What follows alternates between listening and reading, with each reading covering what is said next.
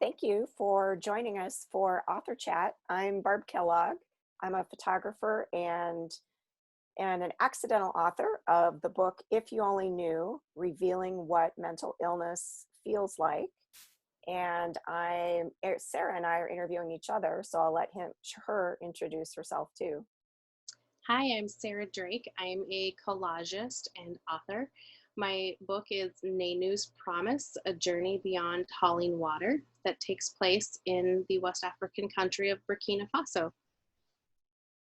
And I'm going to quick put up the information here so people can read it. This is Sarah's. And then here's mine.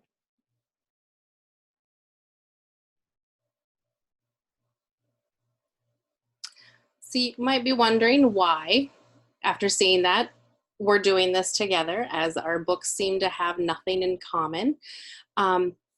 First of all, we're friends, and we started our author journey around the same time, and so we worked together and helped each other.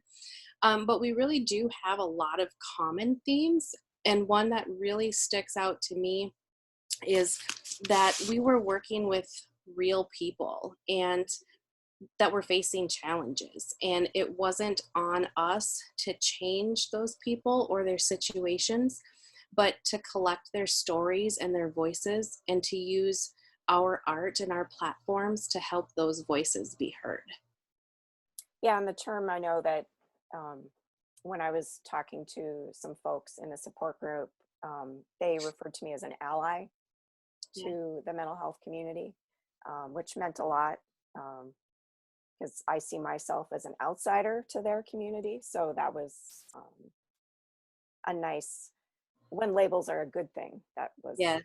yeah. Yeah. I know the other thing we had talked about, how both of us chose very intentionally not to show a literal face in each of our books. And I know for me, that was very intentional in the sense that I wanted someone reading the book to be able to insert themselves into the story, that it could be them, or it could be a loved one, it could be a friend. And so that was a very conscious decision in the photographs where I did incorporate a real person, that you don't actually see a face. And I know for you, it was sort of dovetails into that a little bit, but I'll let you share your reasoning. Yeah, when viewing artwork, going throughout history, Black people are not portrayed positively. And you've got the mad, the bad, the sad Black person. And um, I didn't want that. I don't believe in it. And so when I do my work, because I'm working with people outside of how I identify, I always make sure I talk to other folks and get their opinions and make sure I am Mhm. representing them correctly. And one person, actually a couple people, told me, I'm tired of the mad, angry Black Mm. face. It would be nice to have no facial features, like a literal blank Mm. slate Right. for people to reset their thoughts and opinions about faces for Black people. And so there's no facial features. It's just brown skin, and you get to fill that in and hopefully start resetting those thought Right. processes of what that face should look like. Right. And when, I looked at your book, it it doesn't, you don't notice so much that the features are missing, at least when I was looking at it, because you're taking in not only what you're reading, but the overall collage that you made, and it all just works well together. Um, Thank you. yeah. Thank you. Um, what's next on our list here that we that we made up to talk about? Did we do enough of a description of our books? Do we need to say any more for folks? Um, I could probably add a little bit to mine since I only gave the title. So, if you only knew, um, it's it's essentially a book that lets you get a sense of what it's like to walk in someone else's shoes that has a mental illness. People of all ages that I interviewed. For diversity's sake, I really tried to have a diverse group of individuals, and that is my only thing that I wished could have been a little bit different. But I also wanted to finish the book, and I did strive to get that diversity so people could see themselves, because I did include actual portraits of some of the people I interviewed, and that is kind of the opposite of the visual analogy photographs I created that I didn't want to include a face. Mhm. But for many of the people, I have a portrait so that you can see essentially what I saw when I talked to people. And it's a beautiful person, a beautiful portrait. And um, so yeah, hopefully that helps people kind of walk in those shoes as well. Um, yeah. And that's another similarity, walking, like girls Mhm. walking to collect water instead of going to school. And that Yeah. is real. And that is the I guess the next segue of, part of the inspiration. Right. For me, I was inspired by the girls that I met when I went to Burkina Faso who couldn't go to school because they had to haul water. And um, then also thinking, if girls get to go to school, they often are stopped by the 8th grade.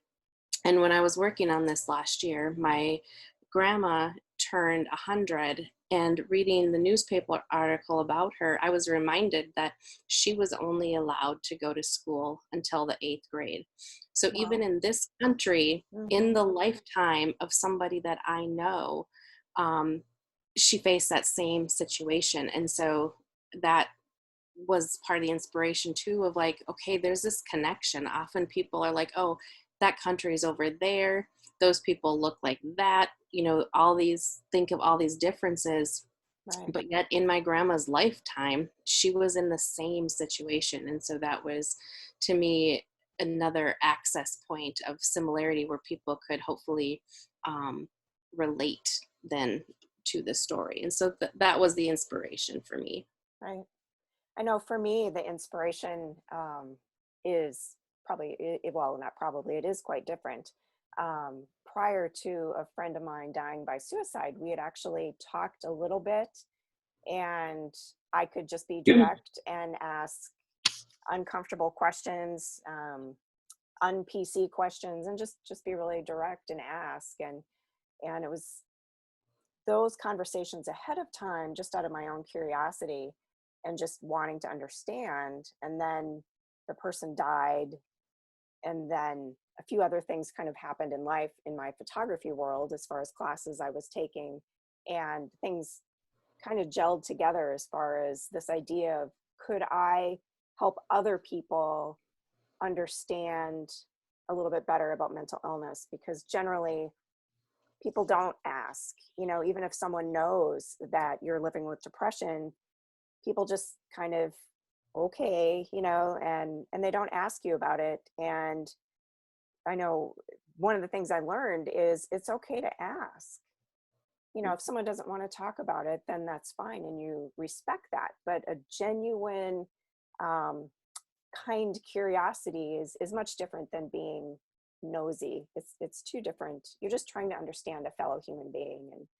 And again, kind of tying in that walking in someone else's footsteps, the only way I think is through understanding, is through education, talking about it. And if I can give another voice to people trying to get through this in their daily lives and educate other people, then that goal has been met. So Very similar for me too. The whole education, and we yeah. have even more similarities than we Yeah. thought. But yeah, being able to educate people um, through art to have more open minds about Right. people. And for me, I will admit too, not only did I want to help others understand, but for me, it was also a personal project, something to fuel my creativity. And, the idea just kind of kept building on itself. And so the creativity portion lasted several years. Um, but, it was kind of two sides. It fed me personally, creatively, but Mm. then also knowing that I'm helping to make a difference in some people's lives is very meaningful. I could have said that verbatim for me too. So, So does that mean people only have to listen to half the interview and they'll get the gist of, no, you can't stop watching the video if you're watching it. no, no. So why should people read your book? Why should people read my book? Or was Um, I supposed to answer that about your book? yeah, we're gonna answer that Okay, about each other's there book. we go. Okay, Yeah. so So why do you think somebody should buy and read my book? okay, and I put a lot of thought into this, and I had some notes that I wrote up, and so I'm going to refer to those because I do much better writing and then talking as opposed to just rambling along here. I have my notes right here too. Yep. So the one, so for me, Nanu's promise speaks to the problems of minimal access to clean water, a clean place to go to the bathroom, and education. And it does that in an unthreatening way. And just because it's a children's book doesn't mean it's just for children, because there's a takeaway for a multitude of age groups. But through the eyes of the child, you see hope for the future. And the artwork in the book is fantastic. I don't know how you can tear paper to have it all make sense and be beautiful. I have no idea. Um, but anyway, just it's a book that's very accessible to both children and adults. But I know for me, and kind of to expand on the looking for water and the importance of it, is I know for myself personally, while in my head, I understand the challenge of it, the reality for me is I walk 10 feet away and turn on a faucet and I have hot or cold water. I can flush a toilet. I am safe in my own home. I don't have to worry about anything. It's something that we don't even think about. I mean, we can get water out of our refrigerator door.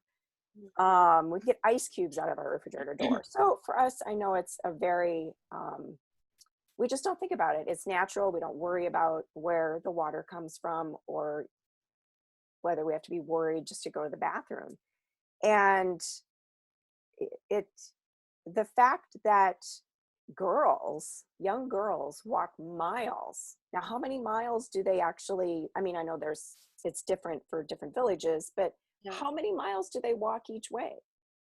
The average globally is a 4-mile round trip. Round trip. Mhm. And so the other thing I did too is, so they're carrying gallons of water. Yep. And generally a gallon of water weighs 8 pounds. About how many gallons of water is a girl carrying? About 4 gallons Okay. on average. Right. So that's about 40 32, pounds. yeah, 32 to 40 depending on. Yeah.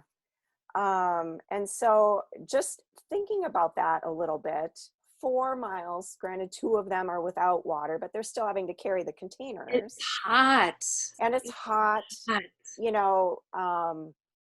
where we live, getting into the 90s is very warm. I couldn't imagine having to slog through that as a little girl, even as an adult. And then just raising the issue of safety concerns, not only of having clean water as far as for sanitary reasons, but a safe place to use a bathroom, to use a toilet. You refer to them as latrines. Just the more direct approach in saying going to the bathroom. Because girls are attacked, right? They can be raped, attacked, murdered. if they have personal items, things can be stolen from them. And that's just to go to the bathroom. And while these adult issues, very adult things to think about, aren't in the book, it still raises the basic thread of, you know, clean water is important, education, and safety. But anyway, that's just my little rant about how a quote unquote simple children's book can just raise just enough curiosity to go, wow, what does really happen? And you do have a little blurb in the back of your book that explains things a little bit, but yeah.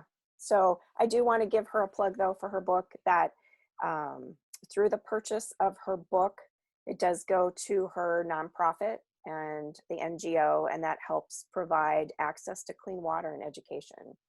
And that's a pretty big deal. Yeah, thank you.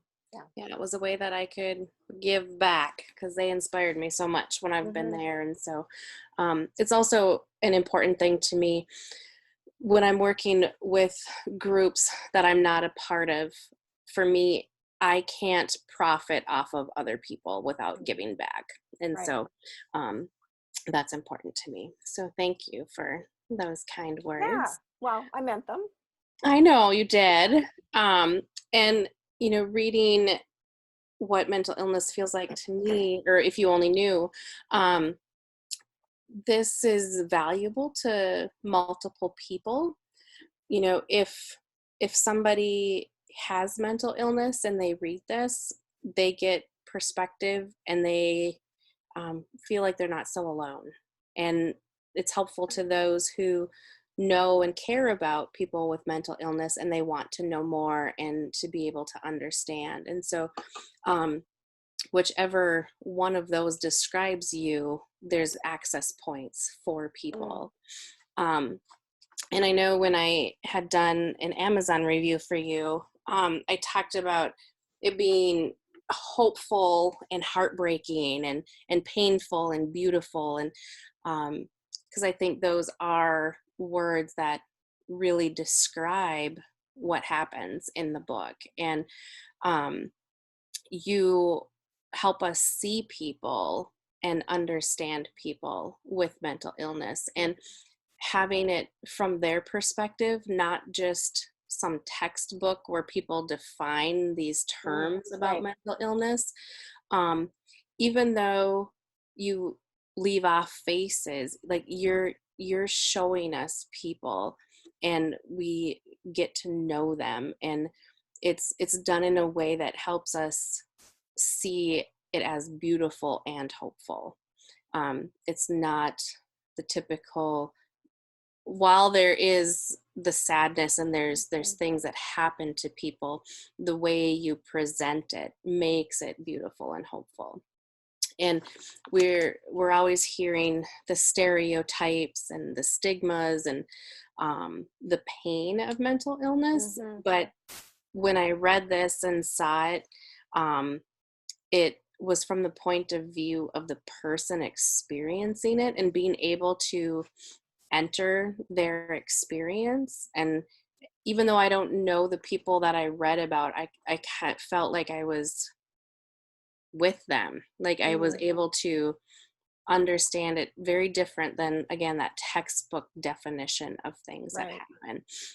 And so combining the interviews and your interpretive photography, it just gives us a new insight and opens up that possibility of us to be more understanding and empathetic to people.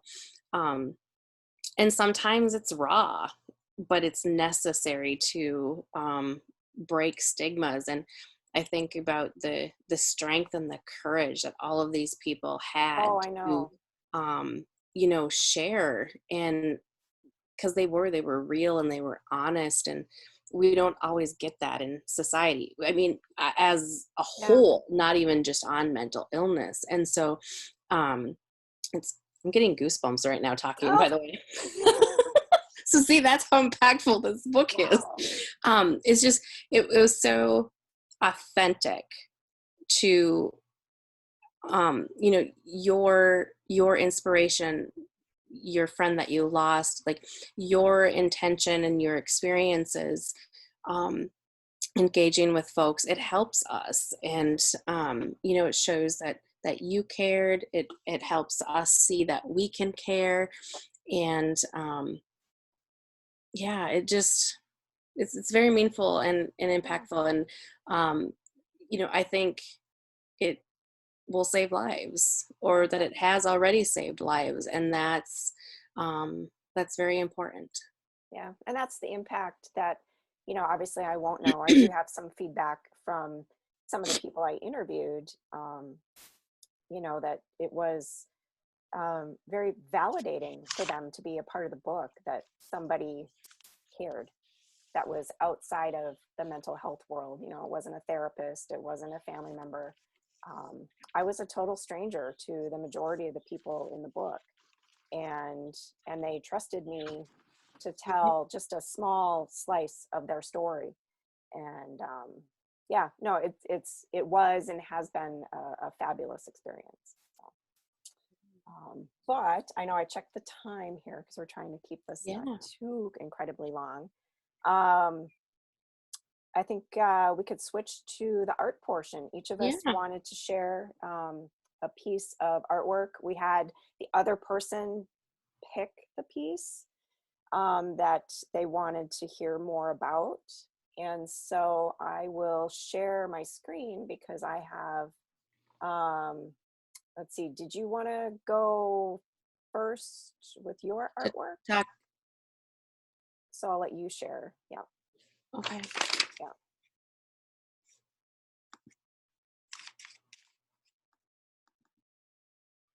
there we go. So when you saw this piece, what did you think? Well, What questions did you have? so in the book, this is across full 2 pages. So Yes. this is the when you open a book, obviously there's that center line in the middle. Yeah. I guess the some of the things that struck me were questions that I had, and in the back there's a little bit of information about is it Balboa tree or Bob? Yep. or sorry about that I That's murdered okay. that. But the questions I had was, the tree is in the center of the open spread of the book, and so this is the Mhm. full piece of artwork. It's in the center. Um, and what is some of the symbolism of that in the community? You've got a variety of people gathering, just and I don't even know if it's intentional. So the yellow background, I kind of interpret that as sort of like sunshine, Yep. and the torn pieces that you can tell where the little white areas are, they're like little rays of light. I don't know, just as if you would Yeah. make a Yeah. small drawing. And I don't know, it just the sense of uh, like, I don't know if this is the literal centerpiece of the book. Like, it's literally, not only is it a 2-page spread, but I don't know if you could just talk more about the importance of what this was to you to telling Nenu's story. Yeah. So I've been to Burkina Faso, I think 7 times now. And when I go to this village, um, sunrise, meeting at the tree, having a meeting, that is like a central piece of the culture there. Like, you need to discuss something, you meet under the tree.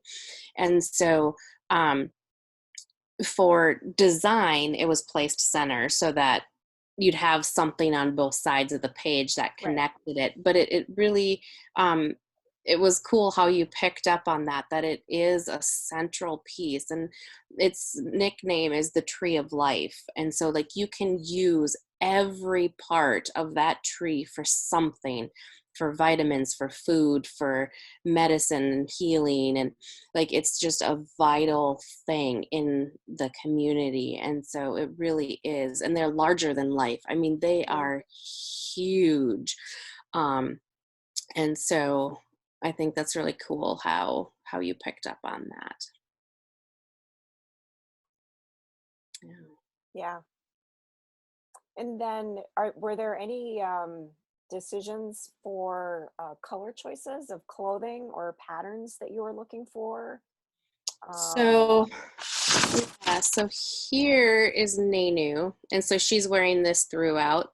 This is her grandma. They're the main two characters. You've got her brother and her sister.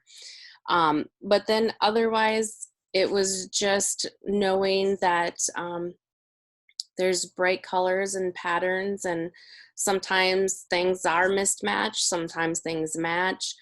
Um, and yeah, just kind of when I'm doing it, it's more instinctual Sure. of just putting things together. Hmm. Sometimes it's well thought out, like making sure Nanu had the same thing.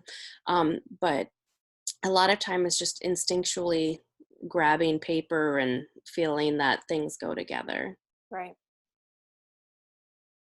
Yeah, if anything, what you just said mimics my creation process. Some of the visual analogy photographs interpreting what people said their mental illness felt like. Some of them were very well planned, well thought out, sketched, even just little design sketches for me. Um, and others were very spontaneous and maybe even discovered after the fact, where I'd been out photographing some flowers and I'm like, oh my God, this would be perfect.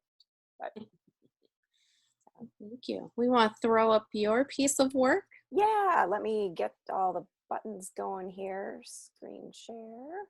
So the one Sarah picked, it's called Connection. And I loved this piece, just the colors alone, like the way they go together. And when I first saw it, seeing the two sets of petals together, the ones that are kind of light pink, white, they reminded me, yeah, of wings. And so, and seeing kind of the way the shape went, I was like, oh, maybe it's like a butterfly or a dragonfly, because those symbolize transition, even though it literally didn't look like one of those. That's where my mind kept going, because I kept seeing pairs of wings and that idea of transformation. And I didn't pick up on the semicolon right away. I went right for other thoughts, but this the semicolon would have been should have been blindingly obvious to me, But that's because it's a okay. symbol of solidarity, right? In for and hope and those struggling with Hmm. suicidal thoughts and things like that. And so I would like you, if you could tell us a little bit about how this came together and Sure. why. And you've got the semicolon, but you've got the other stuff, and like what that was. Sure. Um, I'm going to look real quick in the book because I created this for Kirsten. And even though she had given me a description of what her depression felt like to her, the overall interview and how I met her, and so all of that kind of fueled um, how I created this. And I had met her at a tattoo parlor. I won't get into the story why I was there, but because I wasn't there to get a tattoo. But it was, I think they call it a semicolon day. It's something that probably happens nationwide. Tattoo parlors will provide the little semicolon tattoo. It's Mhm. usually very small. And for her, now I don't know if she designed it or the tattoo artist did, um, but it was the word warrior in capital letters, but the I was a semicolon. Mm. Okay. And for her, she said, I feel empowered that I made it through the bad times, despite how hard the battle was to get past feeling like the world would end. Um, and so and she also said too, I wouldn't change my past because I'm more open to other people and their emotions now. And the whole idea of the semicolon, um, there was a Project Semicolon, you can find their website, but a semicolon is used when an author could have chosen to end their sentence, but they chose not to. It's kind of a connector piece. So the title of the photograph, Connection, that's how I pulled that in. I knew I wanted to try to incorporate a semicolon for her. And as a photographer, of course, I look at other people's work, and I'd seen other deconstructed type, whether it be flowers or other things, just different pieces, either from the actual whole flower, we'll use stick with that example, or from different parts. And I've got a wonderful florist in St. Joseph, Floral Arts, and I would go in there and go, help, this is what I'm trying to do. I want to do this deconstructed flower. I had a little sketch that is very similar to this. And I go, what flowers can I use? And so other than the rose petals, which I had just a little container of dried rose petals for years, this was supposed to be just a trial, like, here, try these to see if they work for you, and then come in next week with what'll, you know, the nicer flowers or whatever, right? So I played, and this was kind of, again, the rose petals were my contribution, but I forget what flower this was before I shredded it apart. But I very quickly realized that an idea I had wasn't going to work. And so these petals very quickly got set aside. The little green ones, I think, are called like Kermit the Frog flowers, or I don't know. I'm sure florists listening are just cringing right now. So I'm sorry, I don't remember. And so this is just on a cookie sheet, partially because I wanted to be able to transport it easily. But it also provided a neutral background for me to photograph on. And these are just my working photos with my phone, just like working sketches. And you can see kind of the ideas that I'm playing with, getting closer, you know, with what I'm wanting to do. And oh, this is another photograph from the book. But then I did finally, this is the one that I ended up doing, and then different things in Photoshop to have something other than having it look like a cookie sheet in the background. And what I found really interesting is the first time I looked at it and we chatted about it, you were talking about deconstructing and Mm-hmm. taking things, and it really like clashed with that idea to me of how Kristen was talking about things being empowering, and Mm-hmm. that idea of like things in her past being, you know, broken or hard, and that's like the deconstructing kind of thing. But now she feels life's worth living, and you know, even though they're dead flowers, they're still Mm-hmm. beautiful and alive. And so like that symmetry of all of those things coming together, I thought was Yeah. really cool. Yeah, that was cool that you had read all that into it. For me, I don't know if that was subconscious. It wasn't something that was at the top of um, my brain when I was doing it. I knew I wanted to create something with the semicolon, and a way to creatively do that that would appeal to people who don't see the semicolon and just think it's a cool image. But then it also has that extra layer of meaning to the people that do see that.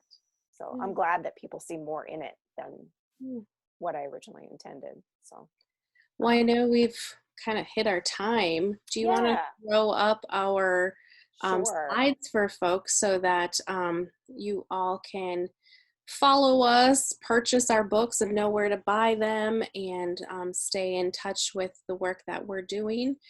I appreciate you, Barb, doing this, and for those of you watching, just taking the time to get to know more about us, even though at first you were like, oh, what do these books have in common? We really do have a lot, and we hope that you will support our work. Yeah, and thank you, Sarah, for taking the time to do this. This is kind of fun. It should be pretty obvious that this isn't something on video that we do on a daily basis. But hopefully you've enjoyed kind of hearing some of our thoughts behind the books and our opinions of each other's books. And I'll admit to being biased. That's fine. But I wouldn't be doing the video if I didn't like the book. So, Yes. but yeah, so for me, barbkellogg.com. For Sarah, herartsinaction.org. Mhm. And yeah, that's kind of the hub to check each of us out. I know we've got different social media presences as well. Yep. But yeah, just thank you everyone for taking the time to watch this, and of course buy our books, right? Yes. Um, Buy our book. that's yeah. Thank Let you, me everybody. get our both our faces on here as we end. So thank you everybody for watching. Thank you. Take Have a care. great day or evening. Yes.